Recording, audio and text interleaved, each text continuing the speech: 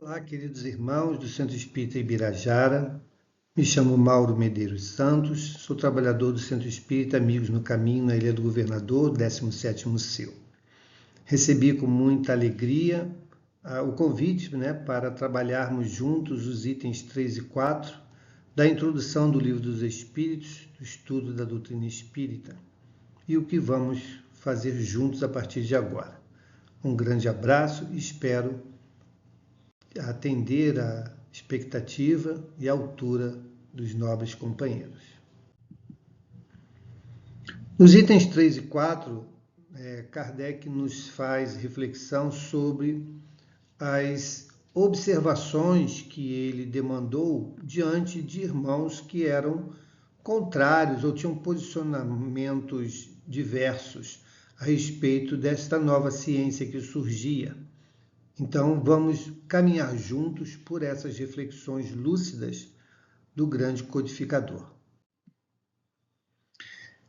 Quanto ao público-alvo desse item 3 ao qual Kardec se dirige, era formado, então, por irmãos que eram contrários às propostas de teorias que explicavam aqueles fenômenos que estavam surgindo. Então, Kardec vai nos dar aí a importância para aquele grupo a quem ele se direcionava e a característica desse grupo a quem ele esperava dar a devida atenção. Nos diz assim no item 3.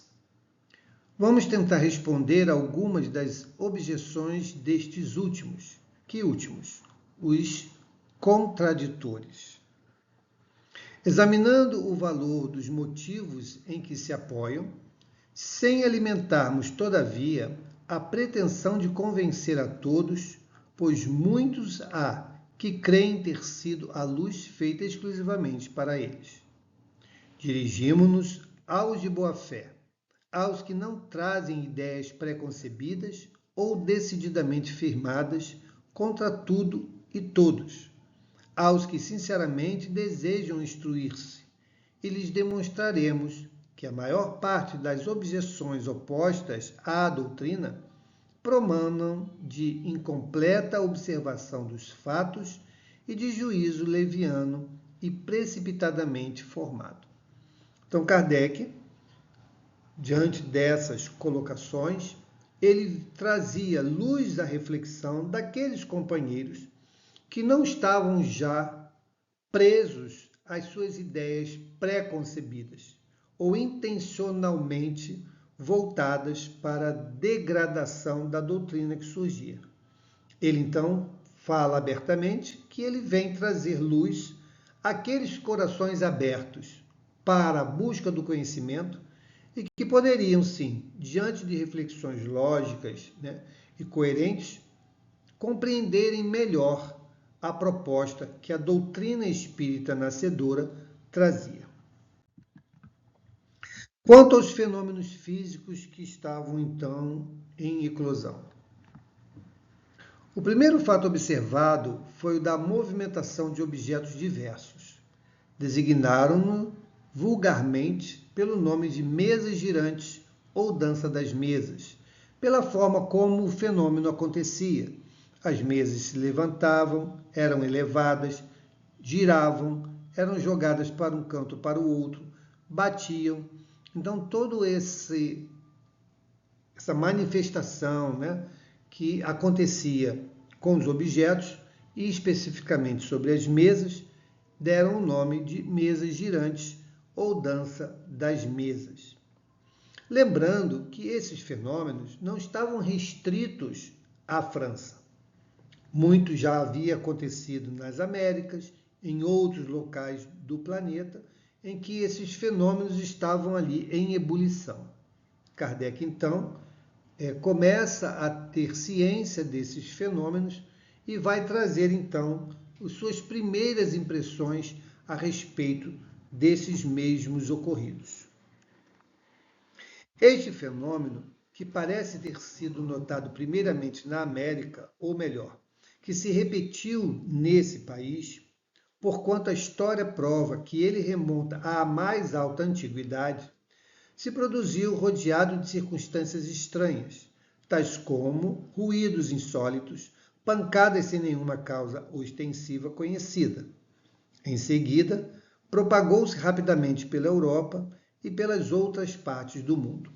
Então, nós conhecemos o caso das irmãs Fox, que inicialmente traçaram um diálogo com aquele irmão espiritual que havia sido um mascate, que estava emparedado, né, na casa em que elas estavam.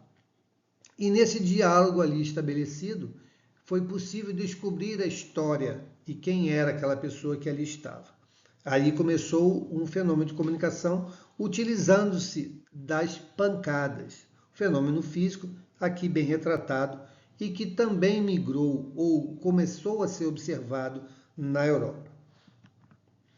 A princípio suscitou muita incredulidade, porém, ao cabo de pouco tempo, a multiplicidade das experiências não mais permitiu lhe pusesse em dúvida a realidade. Todos nós somos conhecedores da proposta da universalidade do ensino. Significa dizer que aquele determinado conhecimento estava sendo propagado em todas as partes do mundo, né? Sendo os seus conceitos e também suas manifestações compartilhadas nesses mesmos pontos. Então, na medida em que esses fenômenos iam ocorrendo em profusão em vários locais, né, do planeta, começou a se chamar muita atenção e não mais ficar restrito a uma família, a uma casa, né, a um bairro. Em todos os locais, esses fenômenos começaram a ocorrer. E em todos os locais tiveram pessoas sérias, comprometidas, né, de alto valor, de credibilidade, observando, criando propostas e teorias para entender esses fenômenos e explicá-los. Kardec sempre primou por um método que pudesse garantir a observação séria e bem organizada. Também ocorre esse mesmo método quando na organização, mesmo que ainda por motivos frívolos, das manifestações. Então, as manifestações das mesas girantes também começaram a ter um método, ainda pouco formal, menos metódico, mas mesmo assim encontramos ali uma metodologia. Nos diz assim lá no item 3. A vulgaridade do objeto principal, que serviu de base às primeiras experiências, não foi alheia à indiferença dos cientistas. Então, o objeto era a mesa, que estava ali, promovendo, então, principalmente nos saraus da França, a oportunidade de observar o fenômeno. Para os cientistas da época, não deram atenção, tanto que diz aqui a indiferença dos cientistas. Ninguém queria saber o que estava acontecendo, por que estava acontecendo, até porque estavam se embasando em teorias, em ciências já conhecidas, como a eletricidade e o magnetismo. Que influência não tem tido, muitas vezes, uma palavra sobre as coisas mais graves, sem atenderem a que o movimento podia ser impresso a um objeto qualquer, a ideia das mesas prevaleceu, sem dúvida por ser o objeto mais cômodo e porque à roda de uma mesa, muito mais naturalmente do que em torno de qualquer outro móvel, se sentam diversas pessoas. Então, como se dava o evento? Existia uma mesa, as pessoas sentavam-se à volta dessa mesa, as mãos eram postas sobre a mesa e ali as coisas começavam a acontecer. As mesas flutuavam, as mesas batiam o pé, se deslocavam para a esquerda, para a direita, e isso tudo era o que era observado até então, no início dessas observações. Quanto às hipóteses? Bom, diante desses fenômenos que estavam acontecendo, de novo, em todos os pontos do mundo, era natural que as pessoas que observavam queriam saber como aquilo ocorria. E as pessoas de ciência, principalmente aquela época em que a ciência estava tendo espaço, naturalmente dentro do planejamento espiritual para a chegada da codificação, começaram a observar e nas suas observações criarem teorias para explicar os fenômenos. Alguns desses cientistas querendo de fato conhecer o fundo real das manifestações, como sendo o grande motor que alavancava aquelas manifestações que estavam sendo ali vividas e observadas. Outros, mais descrentes ou talvez até mal intencionados, como Kardec explica no início do item 3, apenas para detratarem aquelas ideias, não permitir que elas então tomassem corpo e de alguma maneira ocupasse um espaço que para eles não era interessante na revelação dos fatos. Então, uma delas seria o efeito das manifestações a ação da eletricidade? Seria a eletricidade que estaria agindo sobre aqueles objetos, promovendo então aqueles movimentos? Então, vamos encontrar no item 3 a seguinte consideração de Kardec. Se tal fenômeno se houvesse limitado ao movimento de objetos materiais, poderia explicar-se por uma causa puramente física. E aí, talvez, a eletricidade pudesse ser, então, o objeto explicativo dos fenômenos, se apenas ficasse resumido à movimentação dos objetos. Estamos longe de conhecer todos os agentes ocultos da natureza, ou todas as propriedades dos que conhecemos. A eletricidade multiplica diariamente os recursos que proporciona ao homem e parece destinada a iluminar a ciência com uma nova luz. Lembrando que a ciência ali estava nascendo, várias ciências estavam ali surgindo, iniciando sua jornada, na formulação de suas teorias. A eletricidade ainda era pouco conhecida, apesar de já dominada, das suas potencialidades. Hoje já sabemos o que podemos fazer com a eletricidade. Quantas e quantas máquinas e recursos se utilizam da eletricidade para promover suas ações. À época de Kardec, ainda não. Então, é muito lúcida essa proposta de Kardec, dizendo, olha, a gente não conhece tudo que a eletricidade pode dar. A cada dia a gente descobre uma atividade nova que pode ser desenvolvida utilizando-se a eletricidade. Então, começamos por aí. Então, nós não poderíamos simplesmente negar que isso não fosse uma realidade. Nada de impossível haveria, portanto, em que a eletricidade, modificada por certas circunstâncias ou algum outro agente desconhecido, fosse a causa dos movimentos observados. Então, novamente, Kardec, coerente e muito cauteloso, ele vem trazendo, à luz da ciência da época, aquilo que se conhecia, a possibilidade da agregação daquilo que ainda não se conhecia para produzir fenômenos novos. E ele continua. O fato de que a reunião de muitas pessoas aumenta a potência da ação parecia vir em apoio dessa teoria, visto o grupo como uma pilha múltipla, cuja potência está na razão direta do número de elementos. Por que dizia isso? Porque era comum nessas reuniões a reunião de muitas pessoas em volta da mesa onde esses fenômenos aconteciam. Então, uma vez conhecendo as propriedades da eletricidade, conhecendo, como já se descreve aqui, a capacidade das baterias acumularem energia e potencializarem suas cargas na medida do aumento dessas pilhas, Kardec, então, faz a devida comparação entre o elemento físico, eletricidade, bateria, com o agente humano, sendo esses agentes utilizados nos fenômenos. Outra circunstância que era refletida nessa época, que se somava à questão da teoria da eletricidade, era a questão da movimentação dos astros.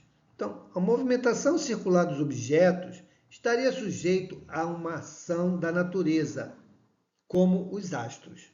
Era uma outra teoria. Bom, se as mesas fazem movimentos de giro, elas representam ou repetem o movimento dos planetas em relação à sua composição astral. Seria essa, então, de alguma maneira, um mini-mundo desse mundo astral representado no movimento das mesas? Se assim o fosse, seria uma ação da natureza. Não teria nenhum fenômeno estranho em relação a isso. Outra proposta que estava surgindo para aqueles que eram contrários à proposta doutrinária da ação, uma ação inteligente sobre os objetos. Então nós, de novo, Kardec vai nos dizer lá no item 3, assim. O movimento circular nada apresentava de extraordinário. Está na natureza. Todos os astros se movimentam circularmente. Poderíamos, pois, ter ali um ponto menor, um reflexo do movimento geral do universo, ou melhor, uma causa, até então desconhecida, produzindo acidentalmente, com pequenos objetos, em dadas condições, uma corrente análoga a que impele os mundos. Então está aí. Eles então achavam que aqueles movimentos das mesas girantes eram um mini-mundo do universo, do que acontecia no universo, entre os planetas, né? Que giravam em torno do Sol de forma equilibrada, de forma circular. Que aquilo de alguma maneira poderia estar se representando ali. Se assim o fosse, não tinha nada de sobrenatural, e simplesmente uma ação da natureza que ainda não se sabia como ocorria. O movimento nem sempre era circular. Muitas vezes era brusco e desordenado, sendo o objeto violentamente sacudido, derrubado, levado numa direção qualquer e, contrariamente a todas as leis da estática, levantado e mantido em suspensão. Bom, então nesses casos já se quebrava a teoria dos astros, né? Pela harmonia e sincronicidade que eles funcionam, aquilo não se repetia nos fenômenos das mesas girantes. Então já era um ponto que divergia da proposta para a explicação natural dos fenômenos. Ainda que nada havia que se não pudesse explicar pela ação de um agente físico invisível. Não vemos a eletricidade deitar por terra edifícios, derraigar árvores, atirar longe os mais pesados corpos, atraí-los ou repeli-los? Então, à época, já se conhecia a capacidade que a eletricidade tinha de fazer tudo isso, né, aqui descrito. Por que não, mesmo que não enxergando a ação dessa energia física, a eletricidade ou o magnetismo, poderia estar agindo sobre esses objetos? Então, são esses questionamentos que Kardec vinha fazendo a ele mesmo e àqueles que estavam ali colocando em xeque as teorias explicativas dos fenômenos que ocorriam. Os ruídos insólitos, as pancadas, ainda que não fossem um dos efeitos ordinários da dilatação da madeira ou de alguma outra causa acidental, podiam muito bem ser produzidos pela acumulação de um fluido oculto. A eletricidade não produz formidáveis ruídos? Hoje em dia mesmo, nós temos vários sistemas de alerta que são produzidos pela ação da eletricidade. Ou tem a eletricidade como meio para que esses fenômenos aconteçam. Então, à época de Kardec também já se conseguia produzir esse tipo de recurso, né?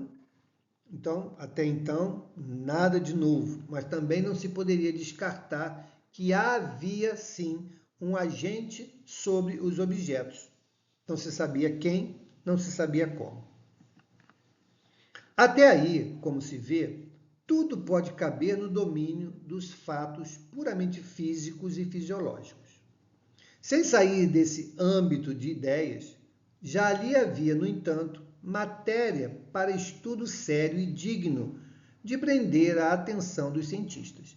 Então, aqueles cientistas de fato, curiosos, observadores, né, em busca da verdade diante daquilo que se produz, um efeito qualquer, já teria campo vasto para mergulharem em pesquisas, né, a descobrir o que levava esses objetos aos movimentos, em que circunstâncias, quais as condições que se faziam necessárias para que esses fenômenos pudessem se repetir. Esse era o cenário que se estabelecia à época das observações, das investigações dos fenômenos físicos que ocorriam à época de Kardec.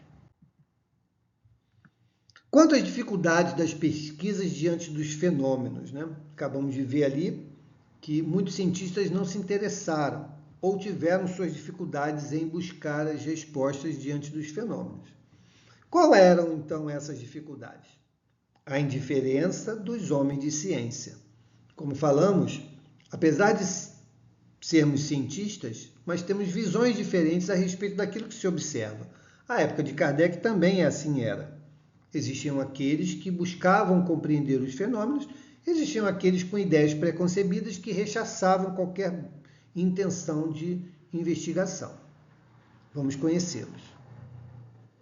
É penoso dizê-lo, mas isso deriva de causas que provam, entre mil fatos semelhantes, a leviandade do espírito humano. Olha só, Kardec chamando a atenção, né, daquelas pessoas que deveriam ou poderiam investigar cientificamente, trazendo luz a novos conhecimentos, simplesmente, de forma leviana, rechaçavam ou criavam dificuldades, barreiras, para que esse conhecimento pudesse ser disseminado.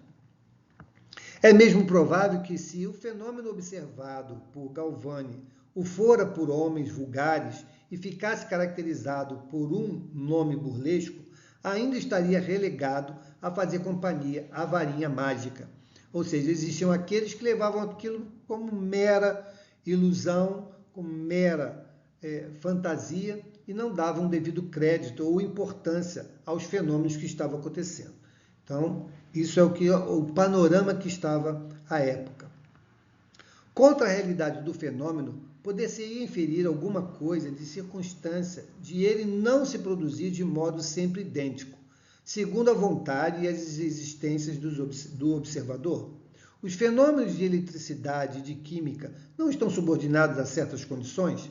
Ou seja, à época já não se sabia como poderíamos produzir um fenômeno físico pelas observações e formulações estabelecidas, assim como a química.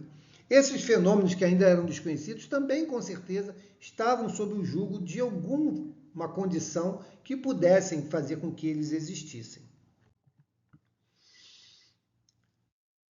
Que há, pois, de surpreender em que o fenômeno do movimento dos objetos pelo fluido humano também se ache sujeito a determinadas condições e deixe de se produzir quando o observador, colocando-se no seu ponto de vista, pretende fazê-lo seguir a marcha que caprichosamente lhe imponha, ou queira sujeitá-lo às leis dos fenômenos conhecidos, sem considerar que para fatos novos pode e deve haver novas leis.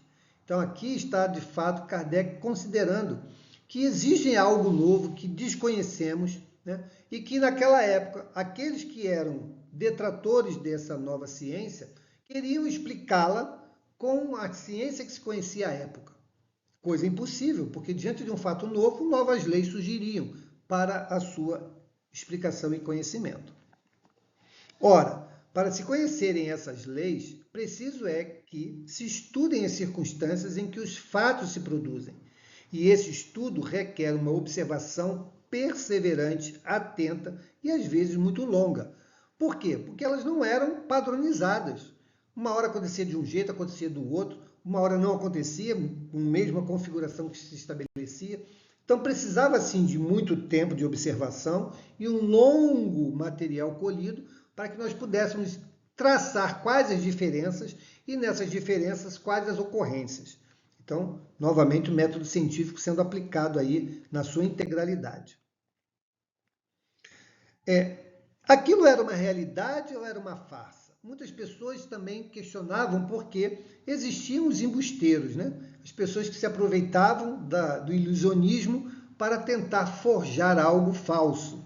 E isso era revelado e acabava contribuindo negativamente para as pesquisas sérias, né? E as teorias sérias que se estabeleciam. Então, diante dessas possibilidades, quais eram as manifestações? Então, essas pessoas objetavam, porém, algumas pessoas, dizendo o seguinte: há frequentemente fraudes manifestas. Ah, sim, foram descobertas fraudes.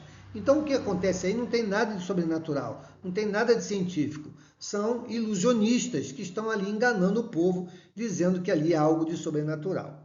De fato, isso aconteceu muitas vezes. Kardec foi um daqueles que descobriu, desmascarou muitos deles, mas existiam sim aquelas manifestações autênticas que ainda não se sabia o porquê. Quanto a isso, devemos considerar, e aí Kardec vem elencando quais eram os critérios utilizados. Primeiro, se estão bem certas de que haja fraude e se não tomaram por fraude efeitos que não podiam explicar. Ou seja, de fato é fraude ou você não sabe explicar e está dizendo que isso é uma farsa? Primeiro ponto. Segundo, admitindo-se mesmo que tal coisa tenha podido verificar-se algumas vezes, constituiria isso razão para negar-se o fato? Será que por pessoas mal intencionadas forjarem aquelas manifestações, mas na sua profusão imensa, será que isso invalida alguns pontos, né, invalidam o todo? Não caberia a maior investigação para separarmos aquilo que é falso daquilo que é verdadeiro?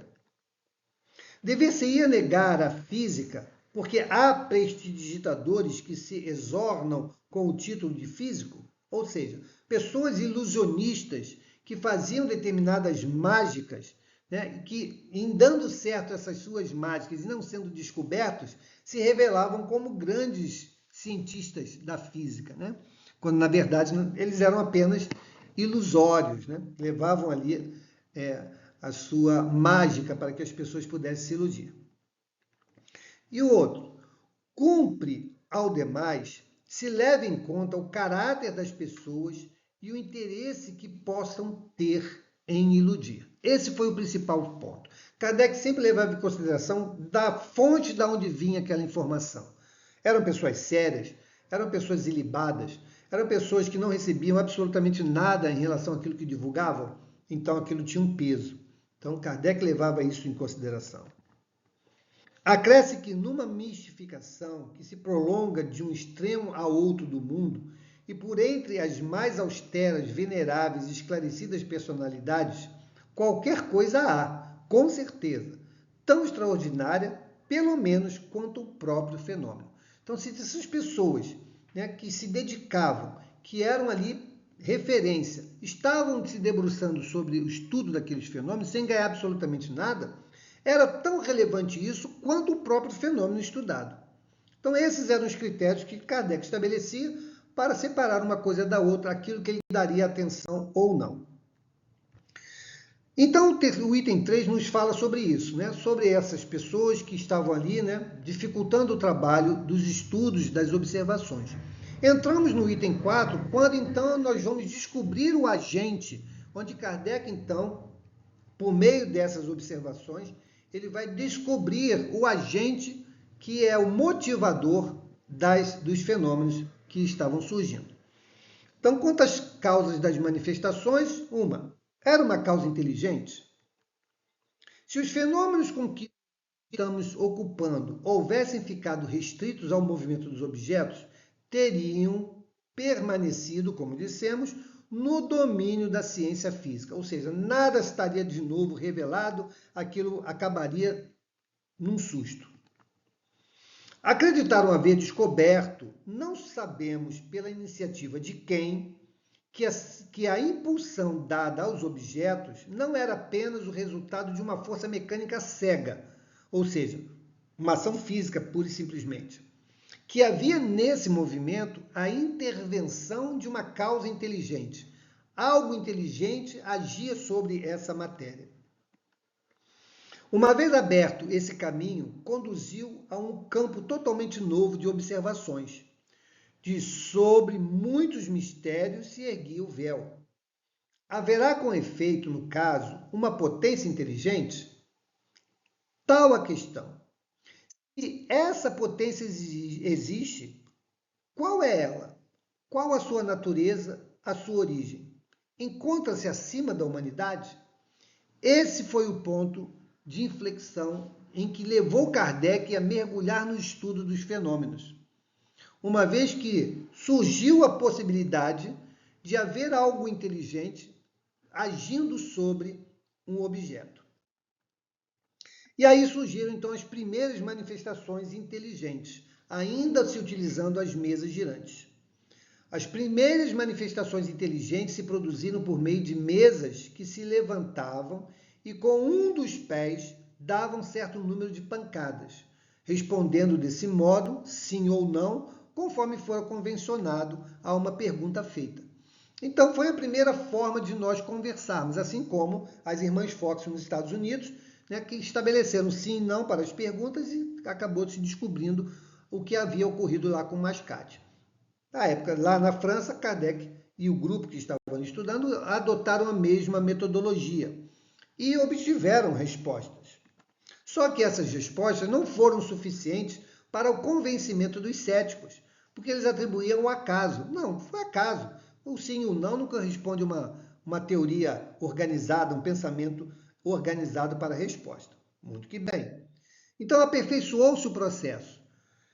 Se estabeleceu um número para cada letra do alfabeto. E a mesa, então, dava um número de pancadas correspondente à letra e ali se formavam, então, as frases. Dado o móvel um número de pancadas correspondente ao número de ordem de cada letra, obtiveram respostas mais desenvolvidas com o auxílio das letras do alfabeto. Chegava-se a formar palavras e frases que respondiam a questões propostas. Bom, agora as coisas saltaram aos olhos. Por quê? Porque as respostas já eram elaboradas. Eram questões que não era apenas sim e não. Se tinha uma coerência na resposta, né? Então, foi algo que mudou completamente o rumo dessas observações. O ser misterioso, que assim respondia, interrogado sobre a sua natureza, declarou que era espírito ou gênio, declinou um nome e prestou diversas informações a seu respeito, ainda nessa metodologia arcaica, mas já se soube ali quem era o agente e, de fato, se pôde confirmar que havia um agente inteligente agindo sobre a matéria. E ele mesmo se identifica como espírito, né? Algo muito interessante, né, nesse momento aí de pesquisas, né, do entendimento desses fenômenos. Tal meio de correspondência era, porém, demorado e incômodo. Imagine, tantas batidas até chegar, né, a determinadas letras, a confusão que não era para formar esse entendimento. O espírito indicou outro, ou seja, o próprio espírito indicou uma nova metodologia, né, para que aquilo pudesse ser mais eficiente. Foi um desses seres invisíveis quem aconselhou a adaptação de um lápis a uma cesta ou a outro objeto. Então, o próprio espírito ajudou na investigação dos fenômenos que eles produziam. E aí se estabeleceu um novo status para a comunicação, uma vez que saiu da mesa, arcaica, demorada, né, complexa, e foi para a cesta, a produção da comunicação, a velocidade da comunicação foi um crescimento exponencial. Então, o Espírito ensinou de que maneira? O conselho foi dado simultaneamente na África, na França e em outros diversos países. Eis que, em que termos o deram em Paris, em 10 de junho de 1853, a um dos mais fervorosos adeptos da doutrina e que havia já vários anos, desde 1849, se ocupava com a evocação dos espíritos. Qual foi a orientação? Palavras do Espírito, que foi escrita ainda por aquele método das batidas da mesa. Vai buscar no aposento ao lado a cestinha, amarra-lhe um lápis, coloca-a sobre o papel, põe os dedos sobre a borda. E aí fizeram essa experiência e a escrita começou a fluir. Colocada em cima de uma folha de papel, a cesta é posta em movimento pela mesma potência oculta que move as mesas. Mas em vez de um simples movimento regular, o lápis traça por si mesmo caracteres formando palavras, frases, dissertações de muitas páginas sobre as mais altas questões de filosofia, de moral, de metafísica, de psicologia, etc. E com tanta rapidez quanto se escrevesse com as mãos. E aí nós tivemos, então, o início de uma comunicabilidade dos espíritos para com o mundo físico bastante profícuo.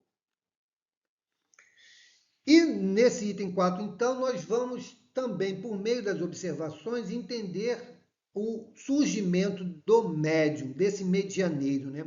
Entendendo a necessidade do medianeiro.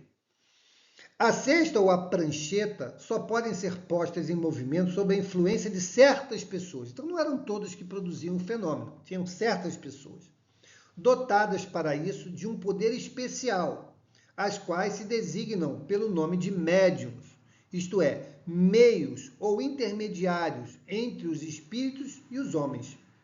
As condições que dão esse poder resultam de causas ao mesmo tempo físicas e morais, ainda imperfeitamente conhecidas, porquanto há médiuns de todas as idades, de ambos os sexos, em todos os graus de desenvolvimento intelectual.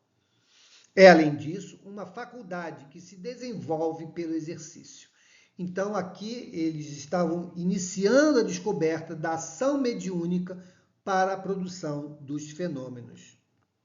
Estavam abertas as portas da comunicabilidade do mundo espiritual para o mundo físico, evento que seria ainda aperfeiçoado uma vez mais, sendo o próprio médium o agente de registro das comunicações, dando ensejo para que Allan Kardec elaborasse o Livro dos Médiuns. E aí nós temos o guia mais seguro para o desenvolvimento, entendimento, compreensão e planejamento das reuniões e manifestações espirituais. Então, meus queridos irmãos, nós agradecemos imensamente a oportunidade, ficamos por aqui, né, diante desse item tão importante, né, tão interessante, que descortina os bastidores da codificação da nossa doutrina espírita. Um grande abraço, muita paz.